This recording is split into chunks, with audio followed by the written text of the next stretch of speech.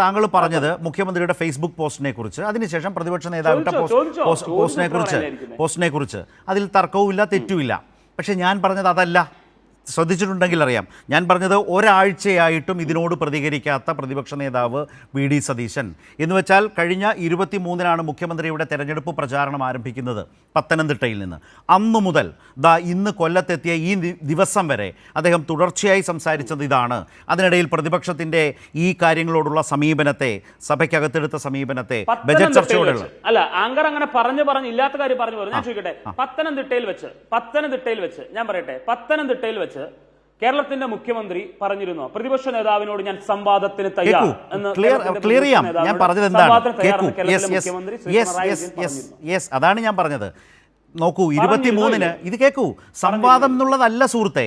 23-ന് അദ്ദേഹം പ്രചാരണം ആരംഭിക്കുമ്പോൾ തന്നെ അദ്ദേഹം കേരളത്തിന്റെ വികസനം ചർച്ചയാക്കുന്നു, ക്ഷേമം ചർച്ചയാക്കുന്നു, പ്രതിപക്ഷത്തെ വിമർശിക്കുന്നു, പ്രതിപക്ഷത്തെ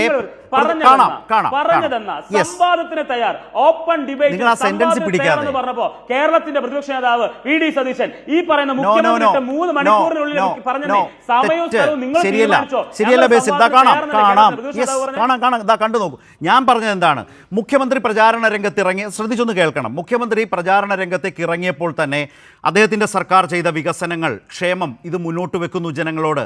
അത് അവതരിപ്പിച്ചുകൊണ്ട് തന്നെ മുഖ്യമന്ത്രി പ്രതിപക്ഷത്തെ വിമർശിക്കുന്നു. പ്രതിപക്ഷം സഭയ്ക്കകത്ത് വികസന ചർച്ചകളെ പൂർണ്ണം അതാ പറഞ്ഞേ അത് തന്നെ ആണെന്നേ. കേൾക്കൂ, കണ്ടു നോക്കൂ. അതിന്റെ അവസാന ഘട്ടത്തിൽ മാധ്യമപ്രവർത്തകർ